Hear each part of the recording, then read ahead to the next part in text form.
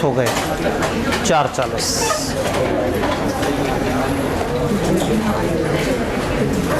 अस्सलामु अलैकुम। उम्मीद करता हूँ कि अब ऑनलाइन अवेलेबिलिटी की वजह से जो है वो ज़रा आप लोगों को और इजी सा फील होना शुरू हो गया है और आहिस्ता आहिस्ता हमारी जो तादाद है वो कंफर्टेबल जोन में आ चुकी है। और जो सबसे अच्छी बात है वो ये है कि हमने शुरू के जो 2 फालतू चैप्टर थे तक कम से कम उनसे जान छुड़ा ली है। अब मज़ा आएगा, अब मुनासिब पढ़ेंगे और अच्छा पढ़ेंगे। ऑल्दो जिस दिन मुनासिब पढ़ने का कह रहे हैं उस दिन हमने 2 चैप्टर पढ़ने हैं, लेकिन खैर किसी एक दिन पे 2 चैप्टर आने थे। अब चूँकि आप ताज़ा वो बड़े चैप्टर पढ़ने के आदी थे तो इस वक्त आप लोग यकीनन इस फेज़ में हैं कि हम इसको पढ़ सकते हैं। और जो सबसे मज़े की बात है वो ये है कि 8 दिन रह गए, पता ही नहीं लगा। भाईजान एक दिन मैंने ये कह देना है कि 1 दिन रह गया, तो ये टाइम ऐसी तेज़ी से गुजर जाता है। लेकिन तब मज़ा आएगा जब मैं कहूँ 1 ही दिन रह गया और आप कहें कि जितना मैंने डेली करना था वो तो मैंने कर लिया है, तो मेरा टॉपिक भी सिर्फ 1 ही दिन का रह गया है। फिर मज़े की बात है, साथ साथ चलते रहें।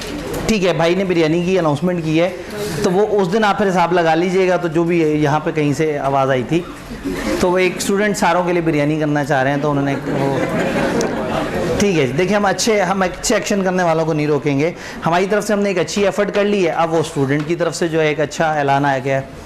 तो अल्लाह इन स्टूडेंट को आने की तौफीक दे और अपने ऐलान पे कायम रहने की तौफीक दे। ठीक हो तो और इनको इस्तात दे, वो भी ज़रूरी चीज़ है। तो बस हर दिन का काम साथ साथ डेली करते रहें तो फिर फ़ायदा है, वरना नहीं फ़ायदा।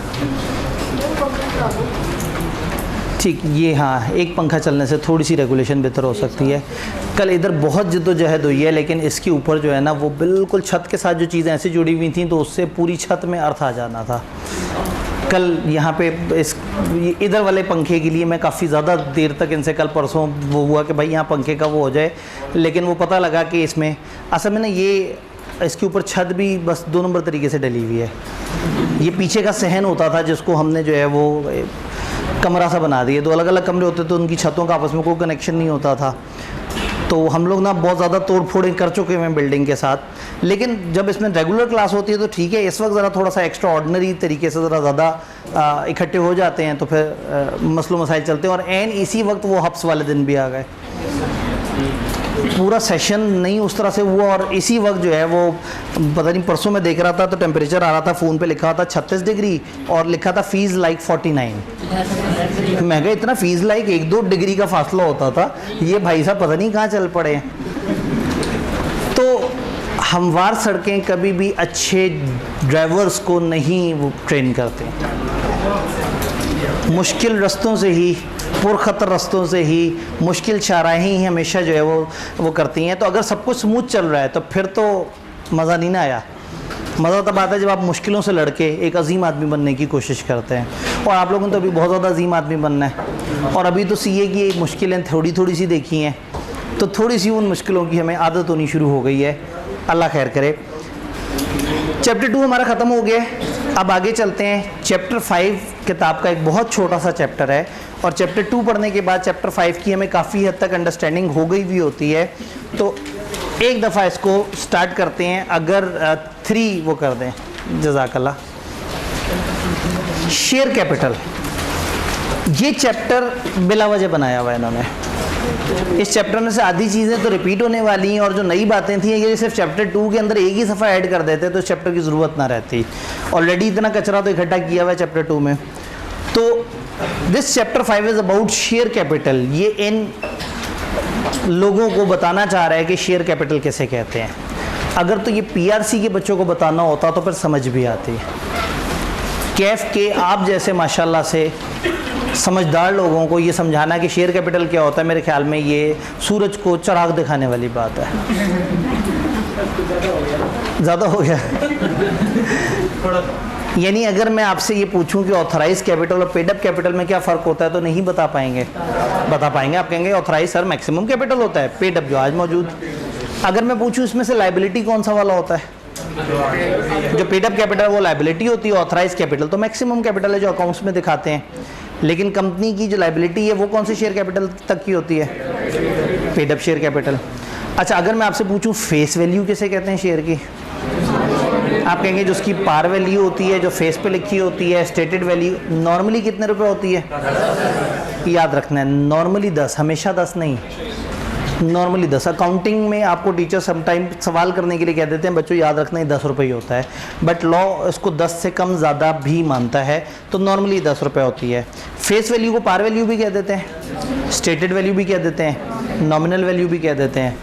तो ये बात तो बताने की तो ज़रूरत नहीं है। तो क्या मार्केट वैल्यू का आपको पता है? वो क्या होती है? जो मार्केट में उसकी प्राइस चल रही होती है। तो क्या आपको ऑर्डिनरी और प्रेफरेंस शेयर्स का भी पता है? तो मैंने क्या बताना है इस चैप्टर में? कुछ भी नहीं बताना, लेकिन चले कोई बात नहीं, फिर भी हम तोड़ तोड़ के से पढ़ने की कोशिश करते हैं। सबसे पहले शेयर कैपिटल, ये स्लाइड समझते हैं। ये कंपनी है जो कि 3 शेयर्स में डिवाइड हुई हुई, और ये 3 लोग अलग अलग खड़े हैं। ये भाई तो नजर ही नहीं आया, 7 की टाई नजर आ रही है। 4 है, चौथा क्या है? ये अच्छा नहीं, ये हो गया ना, ये एक अच्छा इधर भी है। ओह वाह, क्या बात कर रहे हैं। मैं असल में इतना करीब हूँ ना, और मुझे ये इसके वो पिक्सल्स डॉट डॉट डब्बे डब्बे नजर आ रहे हैं। तो इस बच्चों को मैं पढ़ा सकता हूँ जिनको इतनी दूर से जो है ना वो बंदे नजर आ जाएं। ठीक है जी, 1 ऑफ कर। अभी भी बड़ा मुश्किल से रहा नहीं, मैंने लाइट इसलिए ऑफ नहीं करवाई, इसलिए ऑफ करवाई है। ये एक कागज है, एक दफा 2 भी ऑफ कर दें। शेयर को रिप्रेजेंट करता है इस तरह का एक सर्टिफिकेट, एक कागज़ का टुकड़ा जिस पे लिखा होता है कि ये शेयर किसके नाम पे है। एक कंपनी जिसका नाम है, ये एक शेयर सर्टिफिकेट स्कैन हुआ पड़ा हुआ है, Engro polymer and chemicals limited company है। ऑथराइज कैपिटल इसका इतना है। इस शेयर सर्टिफिकेट का अपना नंबर ये है, सर्टिफिकेट नंबर 46,000 समथिंग। ये रजिस्टर्ड होल्डर है 500 शेयर्स का, under common seal, company law, इस तरह के किताबी जुमले लिखे हुए हैं। कंपनी के चंद रिस्पॉन्सिबल लोगों ने उस पर साइन किया हुआ है, और यहाँ लिखा हुआ है कि ये फोलियो नंबर, कस्टमर नंबर ये, जिसके पास शेयर नंबर फलाना से यहाँ तक 500 शेयर्स हैं। कस्टमर का नाम सैयद आतिफ हसन आब्दी, पता नहीं कौन है इतने लंबे चौड़े नाम वाला।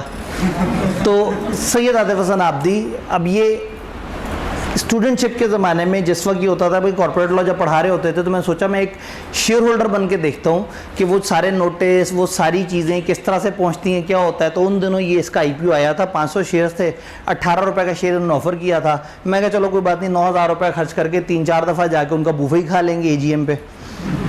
तो जो है वो इसमें वो कर लिया। तो ये फिर शेयर सर्टिफिकेट जो है वो मेरे नाम पे आया। गुलबर्ग 3 में एक पिंड, गुलबर्ग 3 में एक एरिया का पीछे ऑफिशियल जो कानूनी नाम है वो थे पिंड है। जैसे मैं इस वक्त जौहर टाउन में हूँ, लेकिन जौहर टाउन का जो कानूनी असली नाम है वो है सत्तू कतला। 7 कत्ल हुए थे किसी ज़माने में, तो सत्तू कतला, तो उसका जो किताबी नाम है वो सत्तू कतला है, और जो नया नाम है वो जौहर टाउन है। तो इसी तरह से वो गुलबर्ग 3 है, लेकिन उसका कानूनी जो वो था वो थे पिंड था। तो ये सर्टिफिकेट है, ये बताता है। अब अगर किसी ने शेयर्स खरीदे हुए हैं तो शेयर्स का एविडेंस क्या है कि उसके पास एक फिजिकल इस तरह का कागज़ होना चाहिए। पुराने ज़माने की बात है। अब आहिस्ता आहिस्ता डिजिटलाइजेशन के ऊपर काफ़ी ज़्यादा काम हो रहा है, तो आज शेयर का जो मालिक है वो फिज़िकल शेयर भी रख सकता है और ऑनलाइन शेयर भी रख सकता है। अगर मैं चाहूँ तो मैं ये फिज़िकल कागज़ लेके जाऊँ और एक कंपनी जिसका नाम है CDC, सेंट्रल डिपॉजिटरी कंपनी, उनको जाके ये कागज़ दूँ कि भाई ये मेरा फिज़िकल शेयर पकड़ो, मुझे ऑनलाइन क्रिएट कर दो। वो मेरा एक अकाउंट बनाएंगे अपने अंडर, अपने अकाउंट के अंदर सब अकाउंट बनाएंगे, मुझे उसका serial number, user name, password देंगे, कहेंगे ये तुम्हारा अकाउंट है, ये घर जाके लॉगिन करो और तुम्हारे ये शेयर तुम्हें सॉफ्ट में नज़र आएंगे। तो जब मैं घर जाके अपने शेयर सॉफ्ट में देखूंगा तो मुझे वो नज़र आ रहे होंगे। अब अगर कोई मेरा दोस्त कहे कि भाई तुम्हारे पास कितने शेयर हैं ज़रा दिखाओ, तो मैं उसे फिजिकल कागज़ नहीं दिखाऊंगा, मैं उसको सॉफ्टवेयर के अंदर वो जो हुई हुई एंट्री है 500 शेयर्स की वो दिखाऊंगा। तो जो सॉफ्ट वाले शेयर्स होते हैं इनको कानूनी ज़बान में बुक एंट्री सिक्योरिटीज़ कहते हैं, बुक एंट्री शेयर्स। और जो फिजिकल ये कागज़ होता है इसको हम कहते हैं शेयर सर्टिफिकेट। तो किसी शेयर के आप मालिक हैं, इसका एक एविडेंस या एक कागज़ होता है या एक एविडेंस होता है बुक एंट्री जो कि CDC के रिकॉर्ड में डली हुई होती है। डन। अब किताब से पूछते हैं, किताब क्या बता रही है। शेयर और शेयर सर्टिफिकेट के बारे में किताब ने कुछ डिस्कशन की। उन्होंने कहा share is a form of movable property, ये एक मूवेबल एसेट है, इसमें राइट्स और ऑब्लिगेशन है और ये ट्रांसफरेबल है एक बंदे से दूसरे को। तो अगेन वही बात है कि आप लोगों ने जितना पढ़ा था आप लोगों के लिए काफ़ी बेसिक इन्फॉर्मेशन है, ये बहुत एडवांस इन्फॉर्मेशन आपके लिए नहीं है। Share must be paid for in full when it is allotted to share holder. Share holder जब शेयर खरीदेगा तो उसको शेयर के पूरे पैसे देने होंगे। नया रूल ये है कि आपने पूरे पैसे देने हैं, पुराने ज़माने में उधार भी चल जाता था। तो आज के दौर में अब जब भी कोई शेयर इशू होगा, जब तक पूरे पैसे नहीं देंगे वो शेयर इशू नहीं होगा।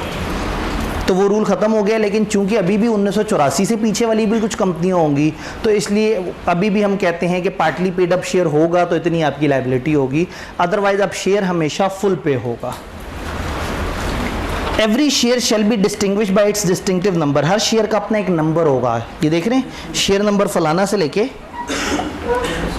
तो शेयर का भी नंबर और शेयर सर्टिफिकेट का भी नंबर है। तो हर शेयर का अपना एक डिस्टिंक्टिव नंबर होगा। Then certificate issued in physical form under signature of authorise officer of company. आप ये देखिए ऑथराइज बंदों ने साइन किए हुए थे।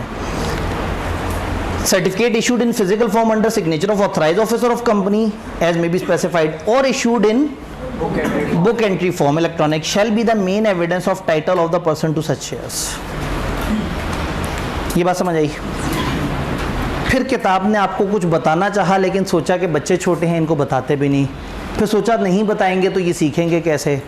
फिर सोचा ज़्यादा बता दिया तो परेशान ना हो जाए, तो एक जुमला लिख दिया, manner of issue of certificate, form of certificate and other matters may be specified. ये सर्टिफिकेट कैसे होगा, ये कैसे इशू होगा, इसकी फॉर्म क्या होगी, इसमें बाकी मामलात क्या होंगे, बता दिए जाएंगे और नहीं बताए। तो बस ये जुमला बिला वजह का एक जुमला है जिसमें बस उन्होंने बस कचरा मचरा ही की है, हमें प्रोसेस नहीं बताया। उन्होंने कहा शेयर सर्टिफिकेट और उससे रिलेटेड जो भी मामलात हैं वो हम आगे चल के बता देंगे और आप लोगों को नहीं बताया। तो सबसे पहले तो ये चैप्टर स्टार्ट होता है ये थोड़े से चंद जुमलों से। तो मूवेबल प्रॉपर्टी है, फुल पे होना चाहिए, डिस्टिंक्टिव नंबर होगा हर शेयर का, सर्टिफिकेट या फिजिकल फॉर्म में होगा या बुक एंट्री फॉर्म में होगा और अल्टीमेटली बाकी सारी बातें उन्होंने हमें नहीं बताई। फिर ये थोड़ा सा इंट्रोडक्टरी बातों की तरफ आ रहे हैं कि शेयर कैपिटल दो तरह का होता है, ऑथराइज कैपिटल और authorise maximum amount of share जो कि कंपनी इशू कर सकती है और वो आपने अपने मेमोरेंडम में लिखना होता है कि हमारा ऑथराइज कैपिटल कितना है, याद है? तो फिर पेड अप कितना है, जो face value of the share जो कि आपके एक्चुअल इस वक्त इशू हुए हुए हैं, तो इशूड कैपिटल में बी लेस देन, तो इसको इशूड कैपिटल भी कहते हैं, इसे सब्सक्राइब कैपिटल भी कहते हैं, इसे पेड अप कैपिटल भी कहते हैं। तो कल को आप लिस्टेड कंपनियों के फाइनेंशियल्स देखेंगे तो आपको दो एरियाज नजर आएंगे, ऑथराइज कैपिटल और issued subscribed and paid up capital. अब प्रॉब्लम ये है कि ये ऑथराइज शेयर कैपिटल का आपको 7वीं क्लास में पता लगा था, 10वीं में FSC में पता लग गया होगा, आप CA में आए तो आपको पता लगा। अच्छा, इनमें से लाइबिलिटी कौन से वाले शेयर कैपिटल पे होती है, ये तो 5वीं में पता लग गया होगा, ये भी CA में आके पता लगा। तो फर्ज करें एक नॉर्मल इंसान हो जो CA ना कर रहा हो,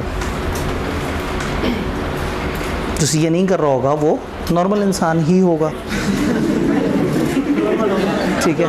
तो अब मैंने सोचा मैं जुमला रिपीट कर दूं क्योंकि आप जुमले के अंदर तक नहीं पहुंचे थे। तो अगर एक बंदा CA नहीं कर रहा और एक नॉर्मल इंसान है, CA वाला तो एक्स्ट्रा ऑर्डिनरी इंसान है ना, जज्बाती जो शीले इंसान है, तो फर्ज करें एक नॉर्मल इंसान हो, वो CA नहीं कर रहा, वो एक कंपनी के साथ कॉन्ट्रैक्ट करने जा रहा था, कंपनी की बिल्डिंग के अंदर एंटर हो रहा था, तो बाहर उनकी बिल्डिंग पे लिखा था authorise capital of company is 10 crore. बड़ा एक्साइटेड हो गया, उसने सुना था कैपिटल का मतलब होता है कि कंपनी का जितने लाइबिलिटी असासे या पता नहीं क्या होता, उसने ये सुना हुआ था। अब वो अंदर गया और अंदर उन्होंने कंपनी वालों ने कहा आपसे हमने 2 करोड़ का कॉन्ट्रैक्ट करना है। उसने कहा मसले कोई नहीं, क्योंकि उसे पता था कि ऑथराइज कैपिटल कितना है। अब वो तो आप जितना पढ़ा लिखा नहीं था, वो तो नॉर्मल आदमी था, आप समझ आया? वो नॉर्मल आदमी था, आप पढ़ लिखे इंसान है, ठीक है? मैं आपकी तारीफ कर रहा था, उसे नहीं पता। तो ऐसा ना हो कि बेचारा इस तरह का इंसान परेशान हो जाए, वो कॉन्ट्रैक्ट करे और बाद में पता लगे कंपनी का पेड अप कैपिटल 1 करोड़ था। तो उसको तो नुकसान हो गया। तो लॉ ने भी एक रूल दे दिया, वो कहते हैं कि भाई अगर एक कंपनी अपना ऑथराइज कैपिटल किसी भी एडवर्टाइजमेंट, नोटिस, स्टेटमेंट कहीं पे भी देती है, it shall also mention amount of paid up capital in equally conspicuous letter, equally prominent position. जब इतना बड़ा करके लिखा हुआ है कि 10 करोड़ का ऑथराइज कैपिटल है, तो उतना ही बड़ा करके तकरीबन उसी जगह पे आपने लिखना है कि पेड अप कैपिटल 1 करोड़ है, ताकि वो आदमी किसी से पूछे तो सही कि भाई इन दोनों में फ़र्क क्या है, और फिर वो डिसीजन सही से ले सके। तो यानी अभी तक इस चैप्टर में हमने नई बात ये पढ़ी कि अगर एक कंपनी ऑथराइज कैपिटल कहीं देती है तो उसको उतने ही तरीके से, उतने ही वाज़ेह अल्फाज में, उतने ही प्रोमिनेंट वे में अपना पेड अप कैपिटल भी लिखना है, और अगर आप ऐसा नहीं करेंगे तो लेवल 1 की पेनल्टी हो जाएगी। डन। अब किताब एक नई बात बता चुकी थी, तो उन्होंने सोचा कि दोबारा बच्चों वाली बातें शुरू कर देते हैं। तो उन्होंने कहा fully paid shares, company having share capital shall issue only fully paid. Previously partly paid shares allowed थे, लेकिन अब कंपनियां क्या करती हैं, नॉमिनल वैल्यू, फेस वैल्यू कहते हैं, पार वैल्यू भी कहते हैं, और मार्केट वैल्यू वो वैल्यू जिस पे शेयर स्टॉक एक्सचेंज पे ट्रेड होते हैं, और नॉर्मली ये नॉमिनल वैल्यू से हायर होती है। यहां तक बात क्लियर है? अब एक स्टेप आगे चलते हैं, kinds and classes of shares. Law ये कहता है कि एक कंपनी के अपने पास कितनी भी किस्म के शेयर कैपिटल हो सकते हैं, और हर किस्म के अंदर जितनी मर्जी क्लासिफिकेशन करना चाहें कर सकते हैं। यानी एक कंपनी के कई काइंड के शेयर कैपिटल हो सकते हैं, और हर काइंड के अंदर अलग अलग क्लासेस हो सकती हैं। जैसे ये ऑर्डिनरी शेयर, प्रेफरेंस शेयर्स, ये काइंड्स होती हैं। फिर प्रेफरेंस शेयर्स के अंदर आपने नाम सुने होंगे, रिडीमेबल, कन्वर्टेबल, फलाना, ये उनकी क्लासेस हैं। तो a company may have different kind of share capital and various classes under each kind। और जब कंपनी के पास एक से ज़्यादा तरह का शेयर कैपिटल हो तो फिर उनके ऑथराइज कैपिटल में भी उनकी गुंजाइश होनी चाहिए। यानी कंपनी एक से ज़्यादा कैटेगरी तब रखेगी जब ऑथराइज में भी लिखा हो। तो अगर ऑथराइज कैपिटल 10 करोड़ है तो आपको बताना होगा authorise capital for ordinary shares 4 crore है, फॉर प्रेफरेंस शेयर्स 6 करोड़ है। तो इसी तरह से फिर आप पेड अप कैपिटल के बीच से बना सकते हैं। तो एक कंपनी अपने शेयर्स को कई काइंड्स में डिवाइड कर सकती है, और हर काइंड के अंदर डिफरेंट क्लासेस आ सकती हैं। तो जो मशहूर ज़माना किस में है, ordinary shares, preference shares. Light से एक दफ़ा ऑन कर दीजिएगा, जज़ाकल्लाह। सवाल, ऑर्डिनरी और प्रेफरेंस में क्या फ़र्क है? मेरे सामने तो अकाउंटेंट्स की भरमार है इस वक्त। वोटिंग पावर, एक भाई ने कहा सर वोटिंग पावर होती है, ऑर्डिनरी में वोटिंग पावर होती है, प्रेफरेंस में नहीं होती। और कोई खास फर्क? डिविडेंड, ये डिविडेंड का क्या फ़र्क होता है भला? प्रेफरेंस वालों को पहले मिलता है, ऑर्डिनरी वालों को बाद में मिलता है। छा गए। मिलता कितना है? फिक्स। प्रेफरेंस वालों को फिक्स मिलता है, ऑर्डिनरी वालों को वेरिएबल। अच्छा, ऑर्डिनरी वालों को जब प्रेफरेंस वालों को फिक्स दे चुके होंगे तो अगर कुछ बचेगा तो मिलेगा, जबकि प्रेफरेंस वालों की राइट ही पहले है। वाइंडिंग अप होगी तो पहले प्रेफरेंस वालों को मिल जाएगा। तो मेरा तो बार बार दिल कर रहा है कि बंदा प्रेफरेंस शेयर खरीद लिया करे। नहीं सर, क्या बात कर दी। प्रेफरेंस शेयर खरीदेगा डरपोक इन्वेस्टर, जो कहेगा मेरा पैसा भी महफूज रहे, मुझे एक डेफिनेट फिक्स डिविडेंड मिले। अब हो सकता है कंपनी तूफानी प्रॉफिट पे चले जाए तो ऑर्डिनरी वालों को पता नहीं कितना बड़ा डिविडेंड दे दे, लेकिन कंपनी पे बुरे हालात आ जाएं तो उनका डिविडेंड भी शायद शॉर्ट हो जाए। तो ये बंदा कहता है मुझे फिक्स डिविडेंड भी मिलता रहेगा। फिर अगर कंपनी बंद होगी तो मैं पहले जाके अपनी असल रकम ले लूँगा। अब कंपनी अगर बंद हुई 50 लाख टोटल एसेट्स के साथ और 40 लाख के प्रेफरेंस शेयर्स थे, तो वो तो ले गए अपना हिस्सा। 10 लाख ऑर्डिनरी में डिवाइड हो गया। लेकिन फ़र्ज़ करें कंपनी बंद हुई 13 करोड़ रुपये, तो भी 40 लाख वाले तो अपना 40 ही लाख लेके गए, जो बाकी बचा वो ऑर्डिनरी में डिवाइड हुआ। फिर प्रेफरेंस शेयर वाला कंपनी की पॉलिसी मेकिंग में नहीं आ सकता, डिसीजन में नहीं आ सकता, डायरेक्टरशिप के इलेक्शन वगैरह उस तरह से नहीं लड़ सकता, 100 तरह के मसलो मसाइल। तो जो जिगरे वाला इन्वेस्टर है, बड़ा इन्वेस्टर है, लॉन्ग टर्म इन्वेस्टर है, जो एंटर होना चाहता है वोटिंग में, जो चाहता है लॉन्ग टर्म खेले, जो चाहता है कि ज़्यादा रिस्क ले, ज़्यादा रिटर्न कमाए, वो ऑर्डिनरी शेयर खरीद लेता है। और जो डरपोक किस्म का इन्वेस्टर होता है, जो लोन की जगह प्रेफरेंस शेयर खरीद रहा होता है, वो फिर प्रेफरेंस शेयर्स की तरफ आता है।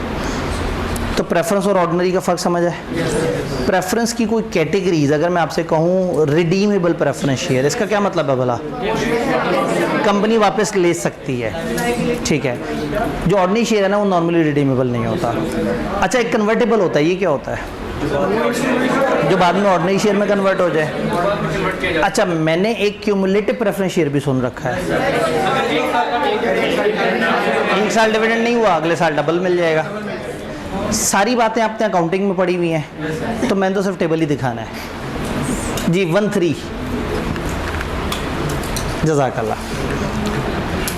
वोटिंग पावर ऑर्डिनरी में होती है, प्रेफरेंस में नहीं होती। डिविडेंड, इनको रिमेनिंग प्रॉफिट मिलता है प्रेफरेंस डिविडेंड वालों को देने के बाद, और इनको डिविडेंड मिलता है बिफोर ऑर्डिनरी शेयर होल्डर, और परसेंटेज ऑफ डिविडेंड भी नॉर्मली फिक्स्ड होती है। वाइंडिंग अप, इनको पेमेंट मिलेगी अगर nominal value of preference share दे दिया, उनकी असल रकम अगर उन्हें दे दी, और इनका प्रायर राइट है, प्रेफरेंस वालों का प्रायर राइट है कि इनको नॉमिनल वैल्यू मिलती है लेकिन इनको सरप्लस में कोई हिस्सा नहीं मिलता। फिर डिफरेंट क्लासेस, ये on the basis of cumulative, non cumulative हो सकता है। अब क्लासेस है ना, उसकी फर्दर कैटेगरीज, रिडीमेबल बेसिस पे हो सकता है, कन्वर्टेबल हो सकता है। जो ऑर्डिनरी शेयर्स हैं उनकी नॉर्मली क्लासेस नहीं होती, बट लॉ ने इजाज़त दी है कि अगर आप क्लासेस बनाना चाहें तो बना सकते हैं। कैसे बनाएंगे? शेयर होल्डर्स के राइट्स आर्टिकल्स में लिखे होते हैं हर कैटेगरी के। याद हमने जुमला पढ़ा था कि तमाम शेयर्स और तमाम कैटेगरी के रूल्स लिखे हुए होंगे आर्टिकल्स में। तो अगर आप आर्टिकल्स चेंज करेंगे तो आप राइट्स चेंज कर सकते हैं। आर्टिकल्स चेंज कैसे होते हैं बोला? छोटे प्रोसेस से स्पेशल रेजोल्यूशन पास करें, प्रचार को जमा करा दें। लेकिन अगर कोई खास चेंज किसी खास ग्रुप के राइट्स चेंज कर रही है, उनकी 3/4 मेजॉरिटी भी, तो ये वाली हरकत करके हम ऑर्डिनरी शेयर होल्डर्स के साथ काफ़ी कुछ कर सकते हैं। हम इनकी वोटिंग राइट्स डिफरेंट कर सकते हैं, डिसप्रोपोर्शनेट कर सकते हैं। नॉर्मल रूल ये है कि ₹1,00,000 के शेयर का मतलब है ₹1,00,000 की वोटिंग पावर, बट ऐसा हो सकता है कि हम तय कर दें लाख का मतलब है 50,000 की वोटिंग पावर। डिसप्रोपोर्शनेट भी कर सकते हैं, सिरे से वोटिंग खत्म भी कर सकते हैं अगर कमती वाले मान जाए और ये लोग भी मान जाएं। डिफरेंट एंटाइटलमेंट कर सकते हैं, डिविडेंड राइट बोनस की, कि तुम्हें डिविडेंड मिलेगा तुम्हें नहीं मिलेगा, तुम्हें बोनस मिलेगा तुम्हें नहीं मिलेगा। तो आप अपनी ऑर्डिनरी शेयर्स के अंदर कई तरह की क्लासेस क्रिएट कर सकते हैं उस प्रोसेस के थ्रू जो हम लोगों ने कल जिसके ऊपर बात की थी।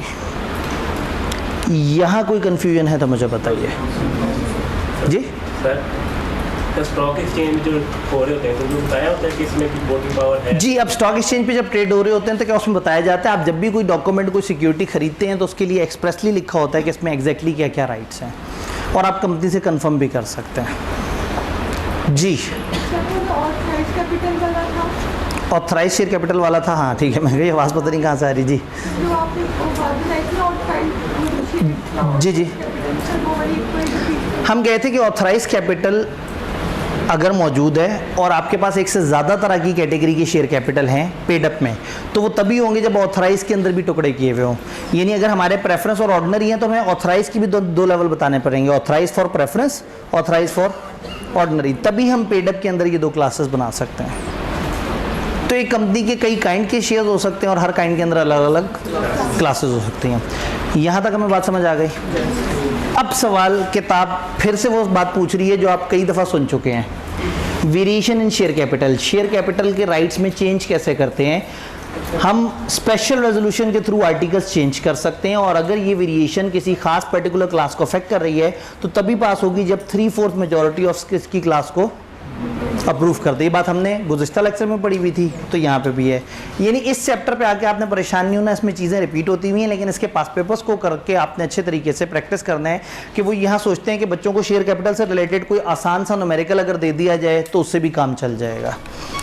तो ये बेसिकली थोड़ा सा आपने इसको इस तरह से जहन में रखना है कि हम इसको यूँ लेके चल सकते हैं कि हमें पता लग जाए कि हमने शेयर कैपिटल के साथ क्या करना है। यानी पेपर में हो सकता है वो आपसे कहें कि एक कंपनी है उसके हर शेयर पे 2 वोटिंग पावर होती थी, अब वो एक चेंज लेके आए हैं और उसके बाद वो अपनी वोटिंग पावर को हाफ कर देंगे। अच्छा बताओ, अगर पहले वोट होते तो वो कितने वोट डाल सकते थे, अब बताओ वो कितने वोट डाल सकते हैं? तो ये किताब में कहीं नहीं लिखा होगा, ये एक सिंपल मैथ होगी जिससे वो देखना चाह रहे होंगे कि क्या आपको ये मल्टीप्लिकेशन डिवीजन वगैरह सही से समझ आती है या नहीं आती। बात समझ आई? तो बेसिकली हम अपने शेयर कैपिटल में वेरिएशन कर सकते हैं, ठीक है। वेरिएशन कर दी, और ये वेरिएशन कब पॉसिबल है? स्पेशल रेजोल्यूशन, और फिर उस ग्रुप की 3/4 मेजॉरिटी से भी उसकी हमने अप्रूवल ले ली। अब एक नेक्स्ट स्टेप आ गया, 3/4 मेजॉरिटी से अप्रूवल लेने के बाद भी हो सकता है कुछ लोग अचानक से गमो गुस्से का इजहार करते हुए आ जाएं और कहें ये क्या हुआ। जिनसे हमने अप्रूव करवाया था शायद वो लोग एग्री तो कर गए थे, लेकिन उन्हें बाद में पता लगा कि कंपनी ने धोखा किया उनके साथ। जिन्होंने अप्रूव किया था उन्हें बाद में क्या समझ आया कि हमारे साथ धोखा हो गया। कैसे धोखा हो गया? कंपनी ने आधी बात बताई थी और आधी नहीं बताई थी और हमसे अप्रूवल ले ली। या चेंज हो जाने के बाद 15-20 दिन बाद उन्हें एहसास हो कि इस चेंज से तो उनको बहुत बुरी तरह से नाइंसाफ़ी हो रही है उनके साथ। तो लॉ ने यहाँ एक इख्तियार दिया है, जिस क्लास के आपने राइट्स चेंज किए हैं उसके 10% लोग लाइट्स ओपन कर देते हैं जब तक ये चल जाए। वैसे मुझे लग नहीं रहा ये चला, हाँ नहीं चल पड़ा थोड़ा सा, ठीक है। जिस क्लास के साथ नाइंसाफ़ी हुई है उस क्लास के 10% लोग भी अगर 30 डेज़ में अदालत के पास चले जाएं तो वो कह सकते हैं कि हमारे साथ जुल्म हुआ है, और फिर अदालत उनको उनका राइट दिलवाएगी। अदालत में दो में से एक बात साबित करनी होगी। नंबर 1, कुछ बहुत इंपॉर्टेंट बात थी जो कंपनी वालों ने हमें नहीं बताई अप्रूवल लेते वक्त, या नंबर 2 वो कहें कि ये चेंज हमें प्रेजुडिशियल है, हमारे लिए नुकसानदेह है, ये हमें तकलीफ़ पहुंचा रही है, ये हमारी क्लास को, हमारी कैटेगरी के लिए नुकसानदेह है। एक दफ़ा इसकी इंग्लिश देख लेते हैं, 1-3 जज़ाकल्लाह। Right to challenge any members इस क्लास के जिनके पास 10% इस क्लास के शेयर्स हैं, वो इसके अगेंस्ट कोर्ट में जा सकते हैं, 30 डेज़ के अंदर जा सकते हैं। कोर्ट डिक्लेयर कर देगा रेजोल्यूशन को नल एंड वॉइड अगर उसे लग जाए कि इन दो में से कोई एक मसला हुआ है। Company withheld certain facts that could lead towards non passing of resolution. Company ने कुछ फैक्ट्स छुपा लिए थे जिनसे रेजोल्यूशन पास ना होती अगर वो उन्हें लोगों को पता लग गया होता while getting the resolution pass. या चेंज इज प्रेजुडिशियल यानी कि harmful to the interest of members, तो कोर्ट हो सकता है इसको रिवर्स कर दे। अगर कोर्ट इसको रिवर्स कर दे और कंपनी को ये ऑर्डर मिल जाए तो कंपनी पे वाजिब है कि ऑर्डर की कॉपी रजिस्ट्रार को दे दें, क्योंकि जब आपने आर्टिकल्स चेंज किए होंगे तो उस वक्त भी आपने कॉपी रजिस्ट्रार को जमा कराई होगी। अब आप उसे बता दें कि भाईजान वो जो हमारा पिछला फैसला वो अदालत ने नल एंड वॉइड डिक्लेयर कर दिया, तो 10% लोग उस ग्रुप के 30 डेज़ में अदालत को जाके शिकायत करें तो वो इस फैसले को इन दो में से किसी एक रीज़न की बेस पर रिवर्स करवा सकते हैं। उस वक्त उन्होंने कर लिया, बाद में उन्हें एहसास हुआ कि कंपनी ने पूरी बात नहीं बताई थी, या बाद में उन्हें एहसास हुआ कि उस वक्त हमें नहीं समझ आया था कि कितना नुकसान होगा, लेकिन इसमें तो हमें अच्छा खासा नुकसान हो रहा है, तो वो उसको रिवर्स भी कर सकते हैं। डन। अब इस चैप्टर में जो टॉपिक रह गया वो है ऑथराइज कैपिटल कैसे चेंज होता है। और मैं अगर अपने यूजर्स को बताऊं कि ऑथराइज कैपिटल की चेंज का तो आपको पहले से ही पता है, याद है वो छोटे वाला प्रोसेस। तो यहाँ वो चीज़ इतनी इंपॉर्टेंट नहीं है, कुछ वर्ड्स इंपॉर्टेंट है, उसके लिए हमें एक ब्लैक स्क्रीन की तरफ जाना पड़ेगा जिस पर कुछ नज़र नहीं आएगा। तो अब हमें 2 भी माइनस करना पड़ेगा, नज़र अभी भी ज़्यादा नहीं आ रहा लेकिन कुछ ना कुछ गुजारा चल गया। फ़र्ज़ करें एक कंपनी का ऑथराइज कैपिटल 10 मिलियन। कैसे है 10 मिलियन? 10-10 रुपए के 1 मिलियन शेयर्स हैं। ऑथराइज कैपिटल क्लॉज चेंज का क्या मतलब है? याद है ऑथराइज कैपिटल क्लॉज में 3 बातें बतानी है, total capital, number of shares और वैल्यू। यही एक जुमला लिखा हुआ था ना ऑथराइज कैपिटल में, हमारा ऑथराइज कैपिटल इतने मिलियन डिवाइडेड इनटू शेयर्स और रुपीज़ इतने ईच। तो इस क्लॉज में चेंज का मतलब है कि इन जुमले में लिखी हुई 3 में से किसी एक चीज़ को चेंज कर रहे हैं। तो बस ये जहन में रखना है कि वो चेंज या टोटल में हो सकती है या फेस वैल्यू में हो सकती है। ये total amount of share capital है और ये फेस वैल्यू, इन दोनों में चेंज हो सकती है, प्लस भी हो सकता है माइनस भी हो सकते हैं, और जब भी इनमें से किसी में चेंज होगी रिजल्टिंग बैलेंसिंग इम्पैक्ट इस पे आएगा। न्यूमेरिकली अब थोड़ा सा समझना है। मैं कहता हूँ हम 10 मिलियन नहीं, हम अपने ऑथराइज कैपिटल को बढ़ा के करना चाहते हैं 12 मिलियन। अब इस रंग से जो लिखा हुआ है 12 मिलियन। तो अगर ये 12 मिलियन है और फेस वैल्यू 10 रुपए की है तो फिर हमारे नंबर ऑफ शेयर्स कितने होने चाहिए? 1.2 मिलियन। तो अगर आप इसको इंक्रीज करेंगे यहाँ तो आपको नंबर ऑफ शेयर्स को चेंज करना पड़ेगा इसको कांस्टेंट रखते हुए। ये बात समझ आई? अगर आप इसे कैंसिल करेंगे, कैंसिल का मतलब है आप इसमें से ख़त्म कर रहे हैं, कितना ख़त्म कर सकते हैं ऑथराइज कैपिटल को? जहाँ तक पेड अप है, पेड अप से ज़्यादा तो नहीं ख़त्म कर सकते। तो हम इसे कैंसिल करते करते 6, अगर ये 6 मिलियन और ये 10 रुपए ही है तो वो 1 मिलियन नहीं रहेगा, वो कितना हो जाएगा? ये बात समझ आई? तो इसका ऑथराइज कैपिटल को इंक्रीज कर सकते हैं या कैंसिल कर सकते हैं। अच्छा, और क्या कर सकते हैं, आप दोबारा समझते हैं कि ये येलो वाला ही स्टैंडर्ड है। हमारा कैपिटल 10 मिलियन है, पर शेयर वैल्यू और नंबर ऑफ शेयर्स। अब यहाँ आते हैं, फेस वैल्यू को कंसोलिडेट किया जा सकता है, बढ़ाया जा सकता है। हमने दो 10 रुपए के शेयर जोड़े और 20 रुपए का बना दिया। अब अगर इसको कांस्टेंट रखें, जब इसे बढ़ाया था तो इसे कांस्टेंट रखा था। अगर ये 20 है और ये कांस्टेंट 10 मिलियन पे, तो रिजल्ट किसके ऊपर इंपैक्ट आएगा? शेयर्स कितने हो जाएंगे? 5 लाख। मैथमेटिकली समझ आ रही है बात? और अगर आप सब डिवाइड कर दें, 10 रुपए के शेयर को 5 रुपए का बना दें, ये उतना ही है, तो किसके ऊपर इंपैक्ट आएगा? तो पहला रूल, चेंज आप या टोटल में कर सकते हैं या फेस वैल्यू में कर सकते हैं। दूसरा रूल, इन दो में से जिसमें चेंज करेंगे दूसरे को कांस्टेंट रखेंगे। तीसरा रूल, हमेशा इम्पैक्ट इस पे आएगा, नंबर ऑफ शेयर्स ऊपर नीचे करने पड़ेंगे हमें वो अपना इक्वेशन टैली करने के लिए। तो किताब ने सिंपल डिस्क्रिप्शन में लिख दिया, लेकिन पेपर में अगर वो न्यूमेरिकली पूछें तो आप न्यूमेरिकली समझते हो कि क्या बात हो रही है। ये बात समझ आई? तो फिर किताब से पूछ लेते हैं। किताब ने कहा कंपनी लिमिटेड बाय शेयर, अगर आर्टिकल्स में गुंजाइश है तो शेयर कैपिटल क्लॉज चेंज कर सकते हैं बाय पासिंग स्पेशल रेजोल्यूशन, वही छोटा प्रोसेस। क्या 4 काम कर सकते हैं? इंक्रीज कर सकते हैं share capital by such amount at think fit, cancel कर सकते हैं उतना ऑथराइज कैपिटल जितना अभी तक इशू नहीं हुआ, कंसोलिडेट कर सकते हैं shares into larger amount than fix by memorandum, और सब डिवाइड कर सकते हैं shares into smaller amount than fix by, वो जो 10 रुपये फिक्स किया था उससे स्मॉलर अमाउंट को सब डिवाइड करेंगे, बड़ी अमाउंट को कंसोलिडेट करेंगे, टोटल को बढ़ना इंक्रीज करेंगे, टोटल का कम होना। तो इंक्रीज, कैंसल, कंसोलिडेट, सब डिवाइड, ये 4 काम किए जा सकते हैं ऑथराइज शेयर कैपिटल के साथ। इन चारों में से जो करना होगा, स्पेशल रेजोल्यूशन पास करें, और ये स्पेशल रेजोल्यूशन और इसकी कॉपी वगैरह जमा करा दें। अल्टर्ड डॉक्यूमेंट की कॉपी किसे जमा करा दें? रजिस्ट्रार को, और रजिस्ट्रार फिर उसको कंफर्म कर देगा। ये जो आपका कंसोलिडेशन, ये सब डिवीजन की वजह से नए शेयर इशू किए हैं, इनमें और पुराने शेयर्स में कोई फ़र्क नहीं होगा। आप ये नहीं कहेंगे कि ये तो बड़े मज़े वाले शेयर होते थे, ये हल्के शेयर्स हैं। जब आपने नए शेयर्स प्लस माइनस किए हैं किसी भी वजह से, तो नए शेयर्स और पुराने शेयर्स में जो राइट्स हैं वो प्रोपोर्शनल हैं, वो बराबर है।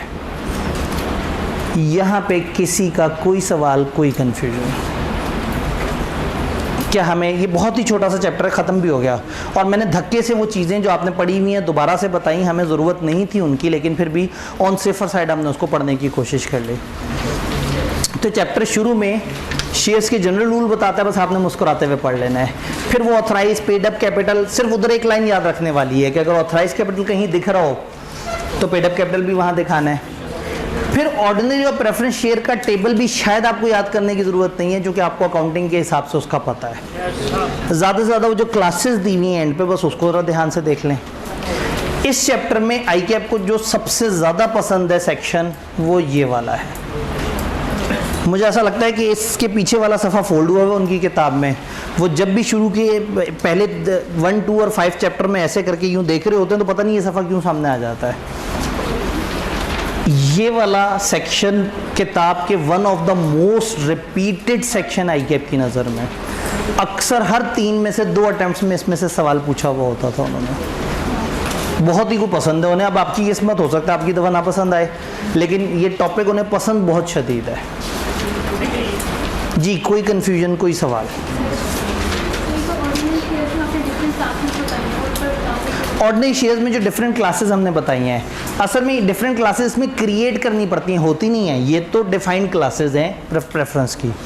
ऑर्डिनरी की may be on the basis of, बनाई जा सकती हैं किस बेसिस पे? Different voting right. आप कह दें कि जी हमारे पास 3 तरह के ऑर्डिनरी शेयर्स हैं, इन लोगों के पास ज़्यादा वोटिंग पावर है, इनके पास दरमियानी है, उनके पास थोड़ी वोटिंग पावर है। हम यूँ भी कर सकते हैं कि राइट डिस्प्रोपोर्शनेट कर दें। हम कहें कि ये वो वाली क्लास है जिसके पास शेयर्स ज़्यादा हैं लेकिन वोटिंग पावर कम है। फॉर एग्जाम्पल, एक कंपनी, जस्ट एक हाइपोथेटिकल सिचुएशन, एक कंपनी को पैसे चाहिए 5 करोड़ आगे बढ़ने के लिए, और अपने बंदों के जो शेयर कैपिटल है वो है 4 करोड़ का। तो 5 करोड़ के लिए आप मार्केट में लोगों को बुलाएंगे, आओ हमारे पैसे खर्चो। जब 5 करोड़ वो खर्चेंगे, इनके पास कितना है? वो 5 खर्चेंगे, तो आधे ज़्यादा शेयर्स किसके पास चले जाएंगे? उनके पास चले जाएंगे।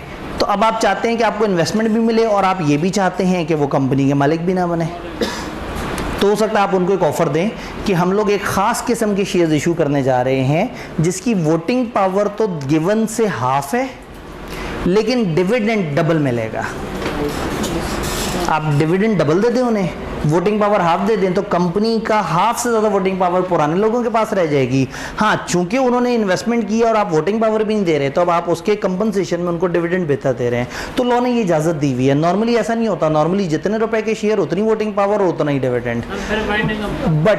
बट आप चेंजेस लाके इसको चेंज कर सकते हैं। वाइंडिंग अप पे क्या होगा, वाइंडिंग अप पे भी वही होगा जो आपने यहाँ पे तय कर लिया होगा।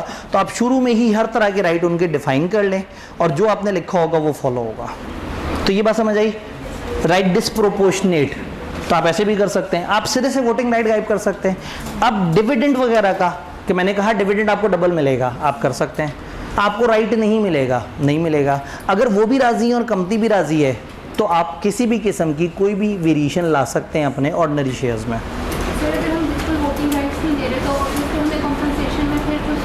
जाहिर है अगर हम वोटिंग पावर सिरे से नहीं दे रहे तो शायद आपको डिविडेंड भी डबल देना पड़ेगा और बोनस शेयर्स भी देने पड़ेंगे। भाई अगला भी इन्वेस्टर है ना, वो भी कुछ सोच के ही आ रहा होगा। तो लॉ ने इजाज़त दी है कि हम इस तरह की थोड़ी बहुत प्लस माइनस करके कुछ भी कर सकते हैं। तो हो सकता है आप एक कंपनी को देखें तो उसमें alpha shares, beta shares, gamma shares हों। तो कोई भी कंपनी कितने भी शेयर कैपिटल बना सकती है और कितने भी शेयर कैपिटल के अंदर कितनी भी क्लासेस ला सकते हैं। डन। तो ये था चैप्टर 5 का इख्तिताम। 1 2 3 कर दें हम ज़रा। जी सवाल तो ख़त्म हो गए थे हमारे। चलें आखिरी सवाल का आखिरी पॉइंट। जी उधर भी फिर एक सवाल है, फिर 2 सवाल ले लेते हैं, फिर बाकी नहीं। जी काइंड वाली लाइन से नीचे जो लाइन लिखी हुई है, जी बिल्कुल, अभी थोड़ी देर पहले भी एक खातून ने पूछा था। ऑथराइज कैपिटल में भी उतनी गुंजाइश होनी चाहिए जितना पेडअप में निकालना चाह रहे हैं। अगर आप कह रहे हैं ना मेरा पेडअप कैपिटल 3 तरह का होगा, तो फिर आपको ऑथराइज कैपिटल को भी 3 टुकड़े करके उसको भी 3 बनाना पड़ेगा। डन।